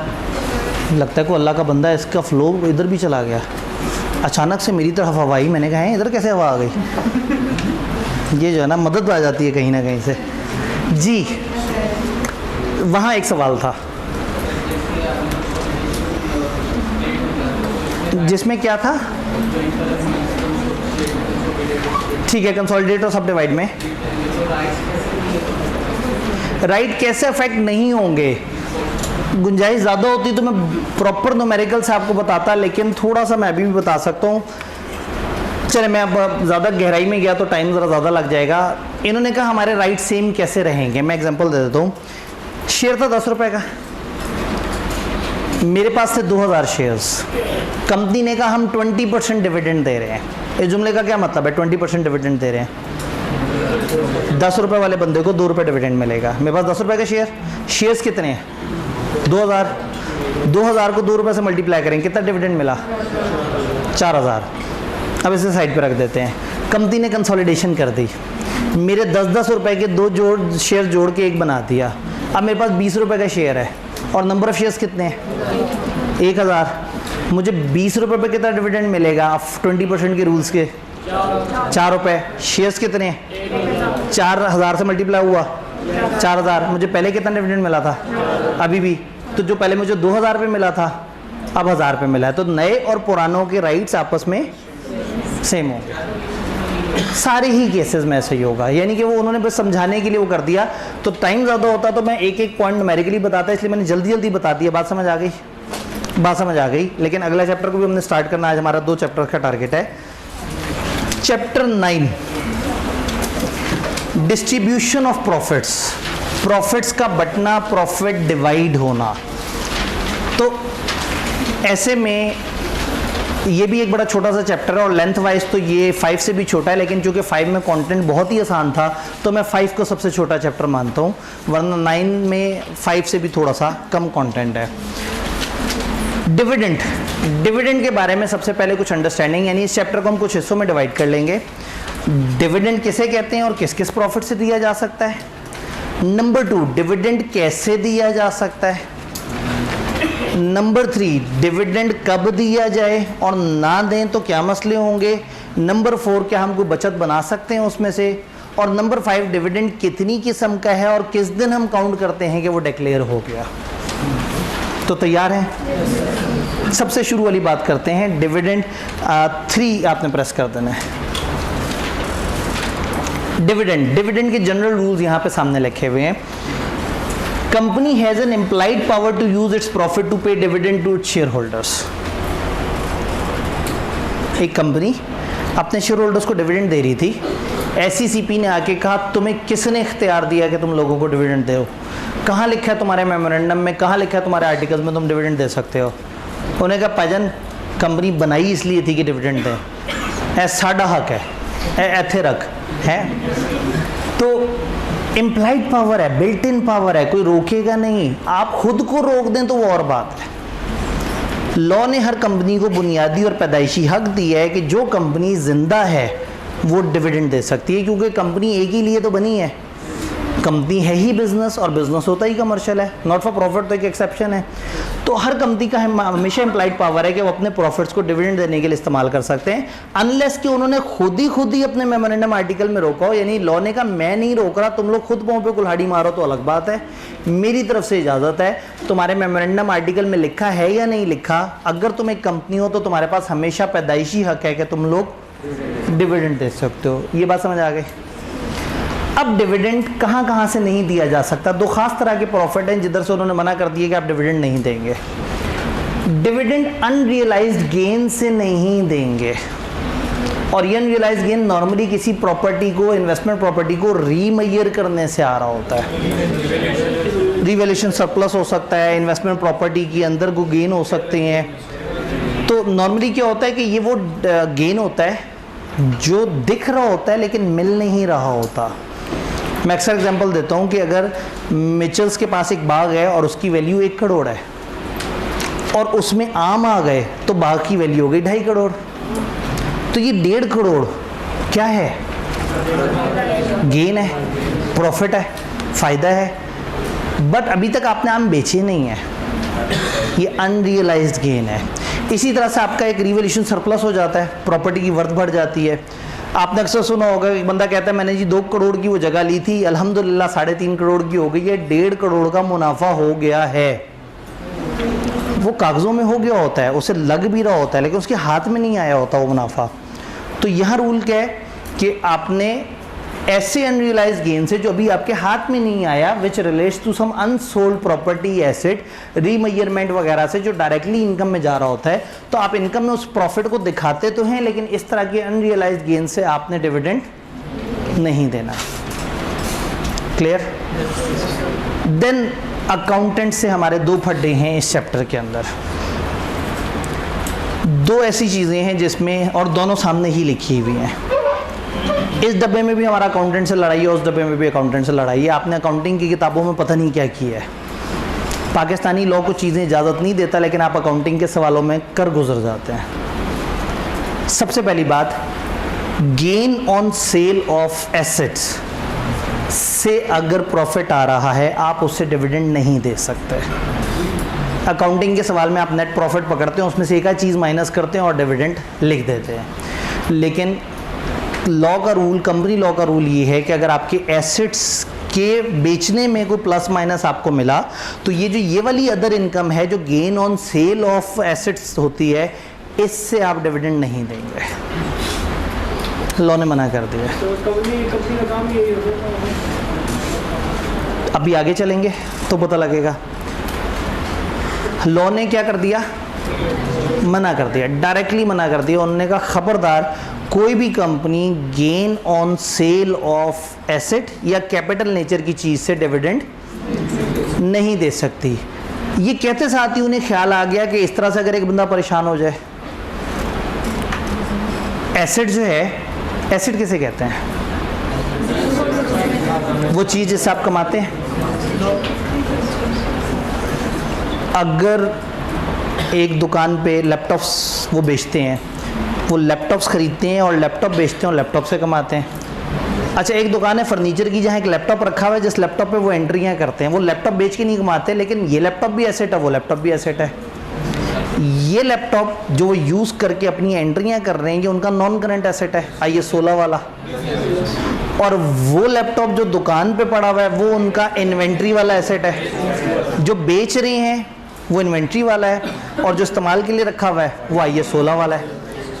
अब ये आपको पता ना, आप अकाउंटेंट्स हैं, ये लॉ वालों को तो नहीं पता। तो इन्होंने बेचारे ने अपनी लीगल ज़बान में थोड़ा सा समझाने की कोशिश की। उन्होंने कहा वैसे तो gain on sale of asset, asset तो किसी भी तरह का हो सकता है, gain on sale of asset से आपने डिविडेंड नहीं देना, सिवाय business of company consist of buying and selling such item of capital nature. आपने डिविडेंड नहीं देना इस प्रॉफिट से, सिवाय इसके कि जहां आपकी कंपनी का काम धंधा ही इस तरह के एसेट्स की खरीदो फरोख्त हो। अब अगर आपने एक बिल्डिंग बेची है और उसमें प्रॉफिट हुआ तो आप डिविडेंड नहीं देंगे, लेकिन अगर आप हैं ही कॉन्ट्रैक्टर और बिल्डिंग्स बना बना के बेचते हैं तो ट्रेडिंग इनकम हो गई ना, वो तो आपकी इन्वेंट्री बन गई। तो लॉ को इतना नहीं पता था कि IS 16 क्या कहता है, IS 2 क्या कहता है। उसने बेचारे ने सादा ज़बान में कहा dividend can not be declared out of profit from sale of immovable property और item of capital nature except business of company consist of buying and selling such item of. ये बात समझ आई? यहाँ है एंड। ICAP की किताब ने किसी टाइम में मिस्टेकनली यहाँ और लिख दिया, ओरिजिनल सेक्शन ने यहाँ इनमें एंड लिखा है, उसकी वजह से उनकी इंटरप्रिटेशन गलत हो गई और उन्होंने बहुत ही डिटेल से वहाँ एक एग्जांपल भी दे दी। CA फाइनल में मैं वो इशू उनका रिजॉल्व करा दिया था, कैफ में उन्होंने अभी तक उस इशू को रिजॉल्व नहीं किया। अब इन दो शर्तों में एंड है। दूसरी शर्त क्या है? पहली बात ये है कि प्रॉफिट इस तरह के से डिविडेंड नहीं देना, लेकिन अगर आपका काम धंधा ही ये है और फिर अगर प्रॉफिट आ गया तो दे सकते हैं। लेकिन ऐसा ना हो कि आपने एक चीज़ बेची प्रॉफिट आ गया, 5 बेची लॉस आ गया, तो आपने कहा चूंकि एक से प्रॉफिट आ गया तो डिविडेंड दे दें। उन्होंने कहा नहीं। दूसरी शर्त क्या है? After such profits are adjusted against losses on sale of immovable property और एसेट्स ऑफ। तो कोई company gain on sale of asset से डिविडेंड नहीं दे सकती, सिवाय इसके कि उसका काम धंधा भी यही हो एंड उसमें भी अगर कोई लॉस प्रॉफिट हुआ तो उसने नेट कर लिया उसे, तो फिर वो वाली कंपनी अपने प्रॉफिट्स में से, इस तरह के प्रॉफिट्स में से डिविडेंड दे सकती है। क्लियर? तो दो तरह के प्रॉफिट मना हो गए, gain on sale of asset वाला और अनरियलाइज्ड गेन वाला। अब डिविडेंड की जनरल बातें करते करते आखिरी जनरल बात ये है कि डिविडेंड कैश भी हो सकता है और अदर देन कैश भी हो सकता है। डिविडेंड कैश फॉर्म में भी हो सकता है, शेयर्स फॉर्म में भी हो सकता है। इसको हम कहते हैं डिविडेंड इन काइंड, इसको स्पेशी डिविडेंड भी बोलते हैं। तो dividend in kind, species dividend, यानी आप डिविडेंड कैश में भी दे सकते हैं और शेयर्स की फॉर्म में भी दे सकते हैं, या फिर आप अकाउंटेंट से फड्डा। जब मैं आपसे कहूँगा शेयर्स की मद में दे सकते हैं तो आप कहेंगे हाँ हाँ सर हमें पता है बोनस शेयर्स, तो मैं कहूँगा नहीं। बोनस शेयर्स को बहुत ही माजरत के साथ ऐलान करता हूँ, लॉ डिविडेंड नहीं मानता। लॉ बोनस शेयर्स को शेयर्स का इशुएंस मानता है। लॉ बोनस शेयर्स को शेयर्स की किस्म मानता है, डिविडेंड की किस्म नहीं मानता। हम डिविडेंड दो तरह का दे सकते हैं, या हम डिविडेंड कैश में देंगे या हमारे पास हमारी इन्वेस्टमेंट में रखे हुए दूसरी कंपनी के शेयर्स वो हम डिविडेंड के तौर पे बांट सकते हैं। तो किसी गलतफहमी में नहीं रहना, हम अपने शेयर्स डिविडेंड के तौर पे नहीं बांट रहे, हम अपनी इन्वेस्टमेंट में पड़े हुए किसी और लिस्टेड कंपनी के शेयर्स डिविडेंड के तौर पे बांट सकते हैं। लिस्टेड कंपनी के शेयर्स ही क्यों? क्योंकि वो मार्केट की चीज़ है। अगर हमने डिविडेंड देना है 20 लाख और हमारे पास 11 लाख कैश और 9 लाख के हमारे पास शेयर्स पड़े हुए हैं लिस्टेड कंपनी के, तो हम लिस्टेड कंपनी के शेयर उस दिन की मार्केट वैल्यू के हिसाब से लोगों को डिविडेंड के तौर पे बांट देंगे। लोगों को नहीं अच्छा लगा, जाएं स्टॉक एक्सचेंज देके उसी दिन के रेट से पैसे ले लें, और अगर अच्छा लगा तो ठीक है उनके पास शेयर पड़ा रहेगा, उस पर भी डिविडेंड आता रहेगा। तो इसका मतलब ये है कि हम डिविडेंड या कैश में देंगे या in the form of shares of listed company held by distributing company, किसी लिस्टेड कंपनी के शेयर्स जो हमारे पास रखे हुए हैं, किसके पास? Distributing company. तो ये जहन में रहे, ये बहुत अच्छी तरह से जहन में रखना है, हम अपने शेयर्स डिविडेंड के तौर पे नहीं दे रहे, हम किसी और लिस्टेड कंपनी के अपने पास रखे हुए शेयर्स डिविडेंड के तौर पे दे रहे हैं। जी सर, वो कंपनी ने बोनस इशू किया है तो स्टॉक मार्केट में ट्रेड तो फिर भी हो रहे होंगे जो बोनस इशू हुए हैं। जी, जो कंपनी ने बोनस इशू किया है वो भी स्टॉक मार्केट में ट्रेड हो जाएगा। तो कंपनी राइट इशू करेगी वो भी ट्रेड हो जाएगा, प्रॉस्पेक्टस इशू करेगी वो भी ट्रेड हो जाएगा। तो कंपनी जब जब भी जो भी शेयर इशू करती है वो स्टॉक मार्केट में ट्रेड होता है। परेशानी कहाँ है? तो फिर उससे मतलब वो वैल्यू तो मिलती है ना, मनी तो मिलती है। किसको कब? अगर किसी को बोनस कंपनी ने दिए हैं, कंपनी ने बोनस शेयर्स दे दिए किसी को, ठीक है ना, कंपनी जिसको बोनस शेयर दे रही है कितने रुपए ले रही है उससे? कुछ भी नहीं ले, कुछ भी नहीं ले रही है। अच्छा, फिर मार्केट में जाके स्टॉक एक्सचेंज में जाके बेच तो सकता है ना। जी, वो बंदा अगर स्टॉक एक्सचेंज में जाके बेचना चाहे तो वो बेच सकता है। तो वो कहेगा मुझे कंपनी ने जो इजाफी शेयर्स दिए थे, बोनस शेयर्स दिए थे, क्या वो शेयर बेच के कहेगा ये मैंने डिविडेंड खाया है? तो बोनस शेयर का इशूएंस है हमारे यहाँ। हम कानूनी लोग हैं, हम नहीं मानते। अकाउंटिंग जो मर्जी कहे, अकाउंटिंग की किताबें तो ये भी कह देती हैं कि 10 रुपये होती है शेयर की फेस वैल्यू। मैं कंसोलिडेशन और सब डिवीजन का पूरा रूल समझा चुका हूँ आपको। तो अकाउंटेंट्स में और हम में थोड़ा सा इख्तलाफ है। तो आज का दूसरा इख्तलाफ और बड़ा अहम इख्तलाफ ये है कि डिविडेंड कैश में दिया जाएगा या हमारी कंपनी के पास इन्वेस्टमेंट में रखे हुए किसी और लिस्टेड कंपनी के शेयर्स हम डिविडेंड के तौर पे दे सकते हैं। डन हो गया। अब अगला मरहला, डिविडेंड की पेमेंट कैसे होगी? जो शेयर्स हैं, शेयर्स का तो प्रोसेस उन्होंने नहीं बताया, वो किसी और लॉ ने बताया कि वो शेयर्स किस तरह से डिवाइड होंगे। डिस्ट्रीब्यूशन ऑफ डिविडेंड रेगुलेशन है, उसने पूरा प्रोसेस बताया है। हमारे सिलेबस में उस रेगुलेशन की गिनती की चंद लाइंस हैं। हम बात करेंगे कैश डिविडेंड कैसे पे होगा। कैश डिविडेंड, अब कंपनी ने कैश डिविडेंड देना है अपने शेयर होल्डर को। तो एक दिन शेयर होल्डर के घर बेल हुई, वो बाहर गया तो डाकिये ने उसे कहा ये एक पैकेट है। वो पैकेट उसके पास आया, उसने पैकेट खोला और अंदर जो है वो 200, 100, 500, 1000 डिफरेंट तरह के नोट रखे हुए थे। क्या डिविडेंड ऐसे पहुंचता होगा पूरे पाकिस्तान में, कागज़ों के अंदर, लिफाफों के अंदर? तो कैश डिविडेंड कैश की फॉर्म में नहीं भेजना। 3 ऑप्शंस हैं। अगर तो आपके कुछ ऐसे लोग हैं जिनके बैंक अकाउंट खुले हुए हैं और उन्होंने आपको बताया हुआ है अपना अकाउंट वगैरह की डिटेल, तो आप उनके नाम पे क्रॉस चेक बनाएं और उनको चेक भेज दें। अब चेक आप बेशक खत से भेज दें, क्रॉस चेक होगा, अकाउंट पे ही ओनली क्रॉस हुआ होगा, तो किसी और के हाथ लग जाए तो कोई मसला भी नहीं। तो एक तरीका ये है कि आप क्रॉस चेक से पेमेंट कर दें। दूसरा तरीका, आपका इन्वेस्टर तो है, आपका शेयर होल्डर है, लेकिन उसका वो नहीं है, कोई प्रॉपर बैंक अकाउंट नहीं है। आप उसे डिविडेंड वारंट भेज दें, एक कागज़ भेज दें जिस पे लिखा हो कि मिस्टर अब्दुल शकूर बेकरारवी साहब, जिनका ये CNIC नंबर है, उनके नाम 722 रुपये का डिविडेंड आया है। ये कागज़ आप कंपनी की ऑफिस दिखा के कंपनी से पैसे क्लेम कर सकते हैं। पैसे नहीं भेजे, पैसे का इजाज़तनामा भेज दिया। बिलो पढ़े हुए स्टूडेंट्स को समझाना आसान है, एक नेगोशिएबल इंस्ट्रूमेंट भेज दिया, एक कागज़ प्रॉमिसरी नोट भेज दिया एक तरह का कि हम आपको इतने पैसे देंगे, आप ये कागज़ हमें आके दिखा दो। तो एक तरीका ये है कि आप डिविडेंड वारंट भेज दें, एक तरीका ये है कि आप चेक भेज दें, और एक सबसे ज़्यादा पसंदीदा तरीका ऑनलाइन ट्रांसफ़र। आप शेयर होल्डर्स के बैंक अकाउंट में डायरेक्टली ही ऑनलाइन ट्रांसफ़र कर दें, ना पैसा मूव हो, ना कोई और कन्फ्यूजन हो, कोई और परेशानी हो। अब शेयर होल्डर बताएगा कि उसकी क्या चॉइस है, उसको वारंट चाहिए, उसको चेक चाहिए, या उसको ऑनलाइन ट्रांसफ़र चाहिए। वो शुरू में भी बता सकता है, वो साल में दरमियान में भी अपनी ऑप्शन चेंज करना चाहे तो वो कर सकता है। तो at the time of joining company भी आप बता देते हैं, और सम टाइम आप डिविडेंड मिलने के करीब भी बता देते हैं कि भाई मेरी ये चॉइस है कि मुझे उस तरह से डिविडेंड मिले। अब यहाँ एक दुख की बात है कि लिस्टेड कंपनी के पास सिर्फ एक ही ऑप्शन है, वो सिर्फ ऑनलाइन ट्रांसफ़र करेंगे, वो वारंट या चेक की ऑप्शन एक्सरसाइज नहीं करेंगे। तो किताब से एक दफ़ा पढ़ते हैं। लिस्टेड कंपनी में dividend in cash shall only be paid electronically, bank account जो डेजिग्नेटेड है उनमें। बाकी कंपनियों के केस में share holder shall be given an option कि वो फॉलोइंग में से कुछ चूज़ करे, क्रॉस चेक या डिविडेंड वारंट, एक एंटाइटलमेंट है टू रिसीव डिविडेंड और इस तरह से करके, या तीसरा electronic mode. Company can change the option at any time during year through a written request जो कि उस बंदे ने आपको भेजी हो।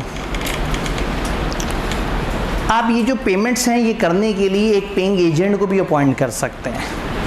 कंपनी किसी पेइंग एजेंट को भी अपॉइंट कर सकती है, यानी कंपनी अपनी सारी पेमेंट करने का निज़ाम किसी बैंक के हवाले कर दे कि भाई तुम लोग करो।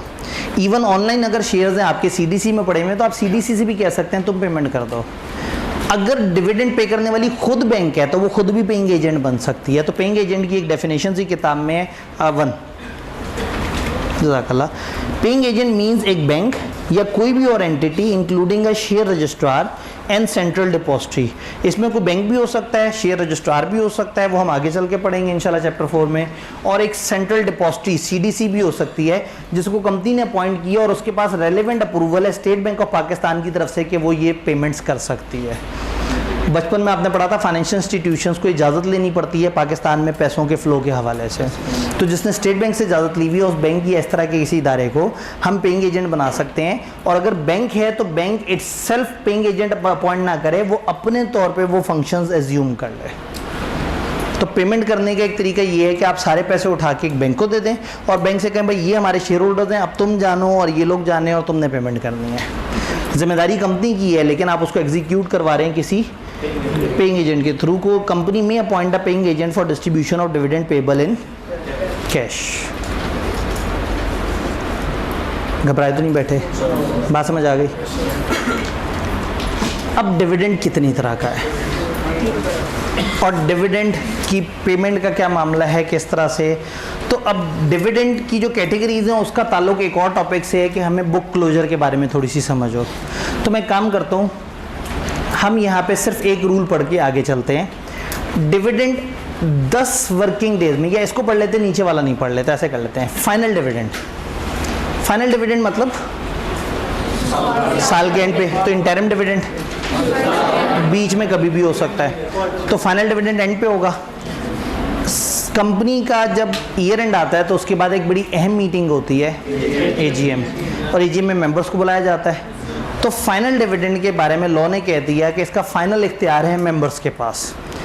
उस मीटिंग होने से पहले पहले डायरेक्टर्स एक डिविडेंड प्रपोज करेंगे और उसके ऊपर मेंबर्स ने अप्रूवल देनी होगी AGM में। डायरेक्टर्स ये कहेंगे कि हमारी ख्वाहिश है कि इतना डिविडेंड होना चाहिए, सजेशंस देंगे, लेकिन फाइनली कौन अप्रूव करेगा? मेंबर्स अप्रूव करेंगे। और जिनको ये टॉपिक याद है तो मेंबर्स को बहुत मजाकिया सी अप्रूवल मिली हुई है यहाँ। मेंबर्स चाहें तो जो डिविडेंड उन्होंने कहा है डायरेक्टर ने उसे मान जाएं, चाहे तो उसे रिजेक्ट कर दें, चाहे तो उसे कम कर दें, बढ़ा नहीं सकते। तो लॉ ने यहाँ मेंबर्स को बहुत मज़ेदार इख्तियार दिया है कि अगर आपको डायरेक्टर्स का दिया गया डिविडेंड अच्छा नहीं लग रहा तो आप उसे रिजेक्ट कर दें या उसे कम कर दें, अच्छा लग रहा है तो मान जाएं, लेकिन बढ़ाने का इख्तियार नहीं है। Can not resolve to increase. ये डिविडेंड आपने 10 वर्किंग डेज के अंदर अंदर देने हैं डिक्लेरेशन से। AGM में आपने डिविडेंड डिक्लेयर किया, AGM में फाइनल हो गया, इसके 10 वर्किंग डेज के अंदर डिविडेंड देना है। मैं पूरे लॉ में आपको डेज बोलता हूँ, वर्किंग डेज नहीं बोलता। डेज होते हैं लगातार दिन, मैं कहूँ ना 7 दिन, 21 दिन, 30 दिन, तो वो लगातार होते हैं। ये वही जगह है जहाँ वर्किंग डेज की बात कर रहे हैं।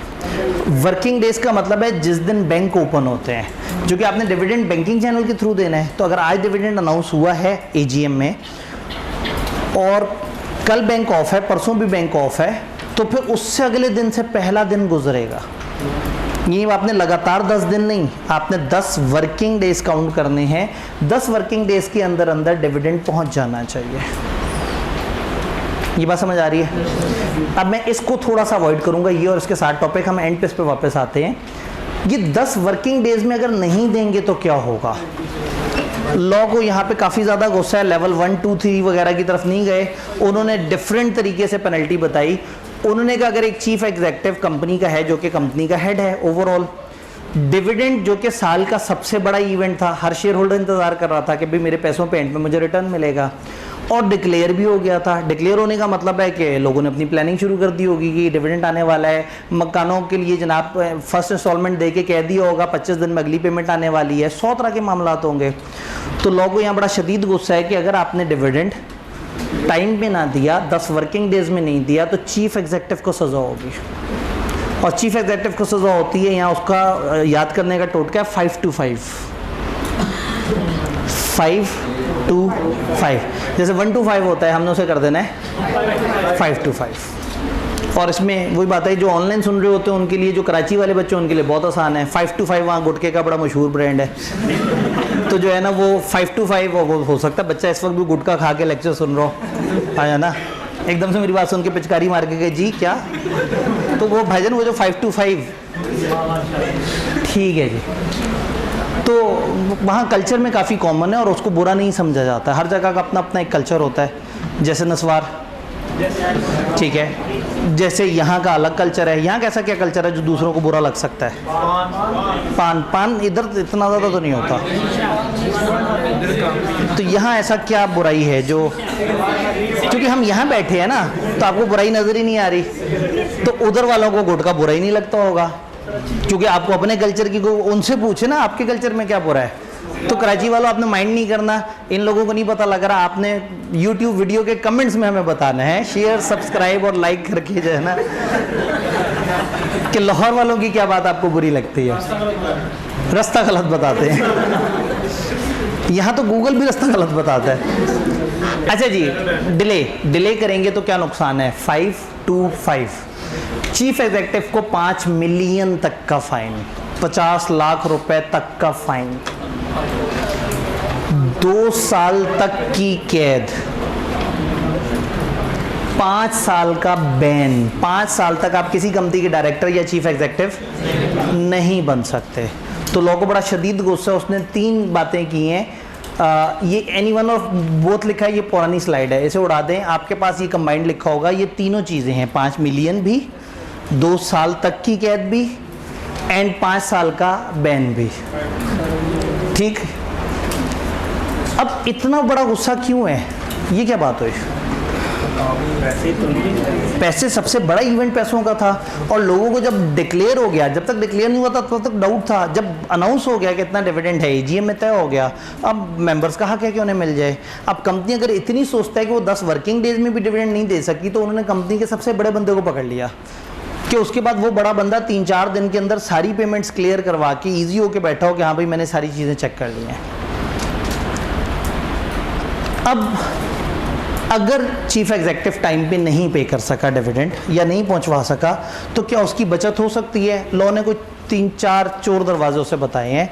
तकरीबन हमारे पास 5 से 6 ऑप्शंस हैं जहां पे आप आके बता सकते हैं कि जी ये मैं डिविडेंड टाइम से क्यों नहीं पे कर सका। नंबर 1, अगर due to operation of law आपने एससीसीपी के पास जाना है, चीफ एग्जीक्यूटिव एससीसीपी पास जाएगा रोते हुए 45 डेज के अंदर अंदर डिक्लेरेशन के। पे कितने में करना था? 10 वर्किंग डेज, जो कि शायद असल में 13-14 दिन बन जाए। नहीं पे हुआ तो भी तौबा का रास्ता खुला हुआ है 45वें दिन तक। अगर आप डिक्लेरेशन के दिन से लगातार 45वें दिन तक किसी भी टाइम पे जाके एससीसीपी को इन बहानों में से कोई एक बहाना जस्टिफाई कर दें, तो फिर आपको जुर्माना नहीं पड़ेगा। क्या बहाने हैं? डिविडेंड इसलिए नहीं दे सके कि ऑपरेशन ऑफ लॉ था, आपका नुमाइंदा डिविडेंड देने जा रहा था लेकिन फैज़ाबाद में धरना चल रहा था और गवर्नमेंट ने दफ़ा 144 लगाई हुई थी और 5 दिन तक किसी को वहाँ पे दाखिल होने से मना किया हुआ था। अब ये कानूनी रीज़न है, गवर्नमेंट ने मना कर दिया, खबरदार इस शहर में मत आओ। ये फ़र्ज़ करें आपने जिनको डिविडेंड देना था, गवर्नमेंट ने कहा हम अभी इस वक्त तहकीक कर रहे हैं, इन बंदों को आपने डिविडेंड नहीं देना। तो जब लॉ ने कह दिया, तो ये जो ऑपरेशन ऑफ लॉ है, ये लॉ का ऑपरेशन का मतलब वो नहीं है कि वो लॉ की टांग का ऑपरेशन हो रहा है, गुर्दे का ऑपरेशन हो रहा है। ऑपरेशन ऑफ लॉ का मतलब है लॉ का निफाज। डिविडेंड क्यों नहीं दिया? लॉ नाफिज था। तो अगर किसी लॉ की वजह से आपने डिविडेंड नहीं दिया तो लॉ से थोड़ी लड़ सकता था चीफ एग्जीक्यूटिव। तो ऐसी भी कहेगा जा बच्चा तूने हमारा ख्याल किया है, हम तेरा ख्याल कर लेते हैं। शेयर होल्डर ने इंस्ट्रक्शन दी थी डिविडेंड की कि मुझे यूँ पे कर दो, हम उस इंस्ट्रक्शन को फॉलो नहीं कर सके। रूल ये था कि उसको चेक भेज दो, वारंट भेज दो या उसको ऑनलाइन ट्रांसफ़र कर दो। शेयर होल्डर ने कहा भाई मेरा इस वक्त बैंक में मसला चल रहा है, फलाना फलाना। उसने एक बड़ी पेचीदा सी इंस्ट्रक्शन दे दी कि मेरा डिविडेंड ऐसे करके मेरे कज़न को वहाँ पे गज्जू मत्ता के पास, वो तीसरी गली के चौथे घर में रहता है, उसको जाके आवाज़ देना, आ गया तो डिविडेंड दे देना वरना नहीं। अब अगर एक शेयर होल्डर ने इंस्ट्रक्शंस दी और वो इंस्ट्रक्शंस हमारे लिए फॉलो करना पॉसिबल नहीं था, तो अब हमारा कसूर कोई नहीं कि उसको डिविडेंड नहीं पहुंचा। हम उसको बैंकिंग चैनल से पहुंचाना चाहते थे, उसने हमें कोई डिफरेंट इंस्ट्रक्शन दी। तो अगर शेयर होल्डर इंस्ट्रक्शन दे दे और आप फॉलो ना करें तो आपकी बचत है, आप इस चीज़ का एक्सक्यूज़ ले सकते हैं। देन डिस्प्यूट है डिविडेंड को रिसीव करने के राइट में। जिनको डिविडेंड देने उनमें आपस में झगड़ा चल रहा है, दो भाइयों में डिस्प्यूट है कि बाप की प्रॉपर्टी किसको मिलेगी, बाप के शेयर्स किसको मिलेंगे। अब ऑलरेडी उनका झगड़ा चल रहा है कि शेयर्स किसके, ऊपर से आप डिविडेंड लेके पहुंच जाएं कि भाई जहां आप झगड़ रहे हो तो ज़रा डिविडेंड के बारे में भी सोच लो ये किसका है। तो लॉ ने मना कर दिया है। लॉ ने कहा अगर डिस्प्यूट है डिविडेंड की रिसीव करने में तो रुक जाओ, मत देना डिविडेंड, उनका मसला हल हो जाए फिर डिविडेंड दे देना। अगर कंपनी ने डिविडेंड की पेमेंट शेयर होल्डर की रिकवरेबल अमाउंट से निकाल ली, पिछला चैप्टर ये कह रहा था कि शेयर होल्डर का मेमोरेंडम आर्टिकल की कॉपी लेना चाहे तो कंपनी को फीस दे के ले सकता है। वो फीस टिपिकली 200 रुपये होती है। अब फ़र्ज़ करें शेयर होल्डर ने कंपनी से मेमोरेंडम की कॉपी मांगी, कंपनी ने उसे कॉपी दी और शेयर होल्डर ने कहा मैं ज़रा ATM से होके आया और ज़िंदगी में कभी वापस नहीं आया। अब कंपनी रिसीवेबल मार्क करके बैठी हुई है 200 रुपये। जब डिविडेंड का टाइम आया तो 190 रुपये डिविडेंड बनता था उसकी तरफ, तो कंपनी ने उसे विदहोल्ड कर लिया। तो कंपनी जितना उनके पास रिकवरेबल अमाउंट आ रही है उस हद तक अगर उसको विदहोल्ड कर ले तो कंपनी का कोई कसूर नहीं। ये बात समझ आ गई। अब ये 4 बातें ऐसी हैं जो लेजिटिमेट हैं, लीगल हैं, सामने नज़र आ रही हैं। अब पहुंच गया चीफ एग्जेक्टिव SECP के पास, उसने कहा जी वो डिविडेंड नहीं दे सका टाइम पे, सुने आप बहुत डांटते हैं, बहुत ज़्यादा जुर्माना करते हैं। उन्होंने कहा जी वो तो होगा, लाइट अगर ऑन कर दें 3 कर दें ठीक। उन्होंने कहा जी वो तो होगा ही होगा। इसने कहा जी कोई बचने का सोल्यूशन है? उन्होंने कहा जी 45 दिनों के अंदर अंदर वो 4 रीज़न जो अभी सर ने बताई हैं उनमें से कोई एक रीज़न बता दो। उसने कहा जी सच्ची बात बताऊं उन 4 में से कोई रीज़न नहीं है।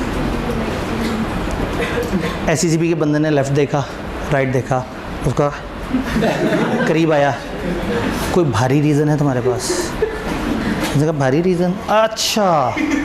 उसने बैग में से एक भारी रीज़न निकाल के सामने रखी। उन्होंने कहा ये रीज़नेबल रीज़नेबल है। उन्होंने कहा ये जस्ट तो है, इक्विटेबल नहीं है। अगर एक और इस तरह की रीज़न और रख दो। उसने एक और रीज़न भी रख दी। ओरिजिनल लॉ के बड़े मज़े के अल्फाज होते थे जो अब उन्होंने चेंज कर दी। 1984 के लॉ में होता था any other reason just an equitable, कोई भी और ऐसी रीज़न जो हमें मुतमईन कर दे, जस्ट एन इक्विटेबल, हमारे लेवल की रीज़न होनी चाहिए। लेकिन अब उसको थोड़ा सेंसर कर दिया उस वर्डिंग को। अब वो कह देते हैं वो 3, if non payment of dividend या non posting of warrant was not due to any fault on part of company. अगर कोई और ऐसी रीज़न हो जिसमें डिविडेंड का ना पहुंचना या डिविडेंड वारंट का पोस्ट ना होना या बंदे तक डिविडेंड की पेमेंट अगर कंपनी का कसूर नहीं था तो भी मुक्ति मिल जाएगी। भाई जब आपने 4 बातें बता दी हैं स्पेसिफिक, तो अभी भी स्पेसिफिक बात बताओ। उन्होंने कहा वो 4 तो हैं, उसके अलावा अगर कहीं नॉन पेमेंट या non posting of warrant company साबित कर दे कि हमारा कसूर नहीं है तो बचत हो जाएगी। तो इसका मतलब है कि इसमें दुनिया की हर रीज़न आ जाएगी। खैर मजाक अपनी जगह, हो सकता है कि आपने डिविडेंड आगे वो वारंट दे दी हो TCS कंपनी को, TCS वाले हड़ताल पे चले गए हो। अगर आप साबित कर दें कि हमारा कसूर नहीं है, आगे से किसी ने गड़बड़ कर दी, अगर आप ये बता देते हैं कि मेरा कसूर नहीं है और एक रीज़नेबल जस्टिफिकेशन दे देते हैं तो आप बच जाएंगे। तो आपने वो याद रखना है जो यहाँ लिखा है, वो नहीं जो मैंने आपको असल में बताया है। उसके अलावा एक छठी चीज़ भी है, इसके ऊपर मैं नंबर गाइड किया हुआ है क्योंकि हम इसको काउंट कर सकते नहीं। अगर SECP कुछ इन्फॉर्मेशन आपको कह दे कि शेयर होल्डर जब तक जमा ना कराए आपने उसको डिविडेंड नहीं देना, तो आप उसका डिविडेंड रोक सकते हैं। कंपनी में also withhold dividend of member, जहां उसने वो प्रोवाइड ना की इन्फॉर्मेशन जो SECP ने कहा हो। आज की डेट में SECP ने कहा है कि जिसने NIC अपना नहीं दिया हुआ आपने उसको डिविडेंड नहीं देना। उस टाइम पे इरादा इस सेक्शन को लाने का ये था कि कल को जिसके पास national tax number NTN number ना हो उसको भी डिविडेंड ना दिया जाए। खैर वो इरादे वाला बंदा खुद ही बेचारा गायब हो गया। 2017 में जब कानून आया तो इसहाक डार उस टाइम पे टैक्स नेट बढ़ाने के चक्रों में बहुत ज़्यादा था, तो ये वाला रूल ख़ास तौर पे डलवाया था ताकि कल को यहाँ कहते हैं कि जिसके पास NTN नहीं होगा उसको डिविडेंड नहीं देना, ताकि लोग तंग आके फिर NTN बनाना शुरू करें, नेशनल टैक्स नंबर में आए, टैक्स के नेट में आए। अब हम चलते हैं अपनी आखिरी बात जो हम लोगों ने बीच में होल्ड कर दी थी, इंटरिम डिविडेंड। जी सवाल। मेथड अलाउड है। जी जी शेयर होल्डर कैसे कोई और इंस्ट्रक्शन दे सकते हैं? जी, ये जो 3 मेथड अलाउड हैं, 3 चीज़ें उन्होंने अलाउ की हुई हैं, और वो क्या है? शेयर होल्डर कोई और इंस्ट्रक्शन दे सकते हैं? नहीं, लेकिन वो है क्या? चेक भेजा जाए, तो चेक किसी जगह पे भेजा जाएगा, शेयर होल्डर कोई जगह बताएगा, कोई तरीका बताएगा, कोई टाइमलाइन बताएगा। तो चेक या वारंट भेजने के ऊपर शेयर होल्डर कह दे कि मेरी जगह चेंज हुई है, वहाँ नहीं वहाँ भेज दो, तो वो इंस्ट्रक्शन उन्हीं 3 के अंदर कवर हो रही हैं। जी, आखिरी बात, बुक क्लोजर एक बड़ी मज़ेदार सी चीज़ होती है।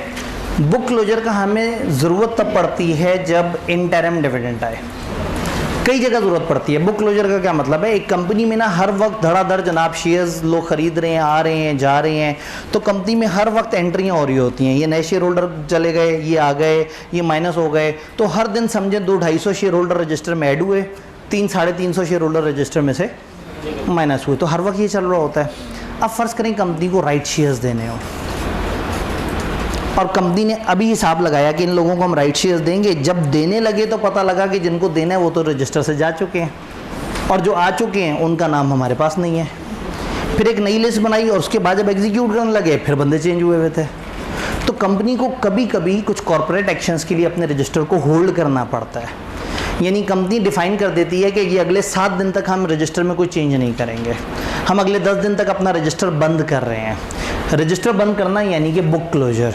बुक क्लोजर का मकसद ये है कि कंपनी कहती है कि देखो तुम लोगों ने जिसने खरीदना है, बेचना है, जो मर्जी करो, जिसने ट्रांसफ़र की रिक्वेस्ट देनी है मुझे रिक्वेस्ट दे दो, लेकिन ये जो बंद हुए हुए दिन है ना, इसमें हम रिक्वेस्ट को प्रोसेस नहीं करेंगे।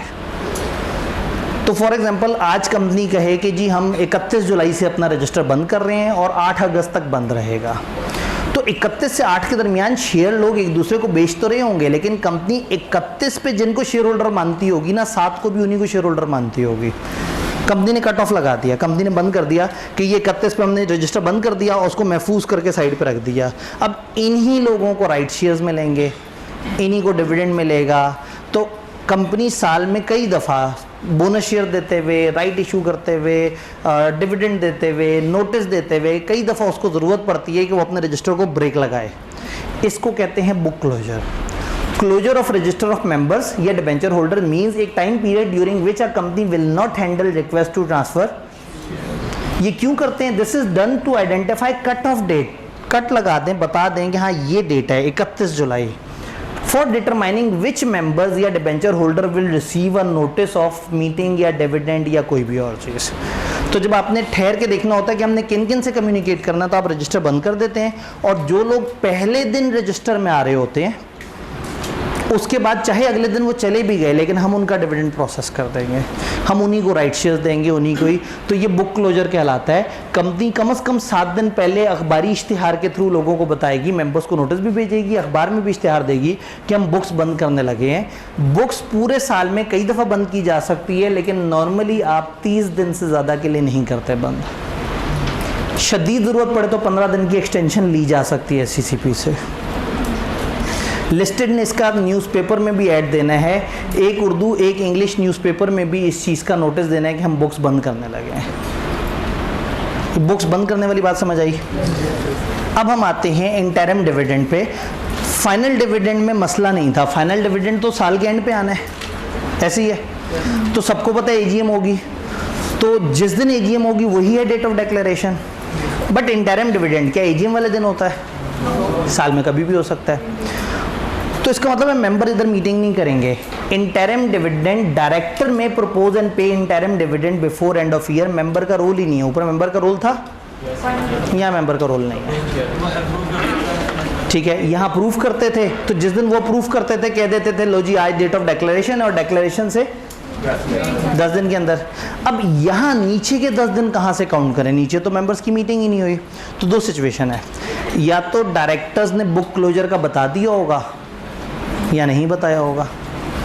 अगर तो नहीं बताया तो जिस दिन मीटिंग में डिविडेंड डिसाइड किया है वो है डेट ऑफ डिक्लेरेशन, और वहाँ से 10 वर्किंग डेज काउंट होंगे।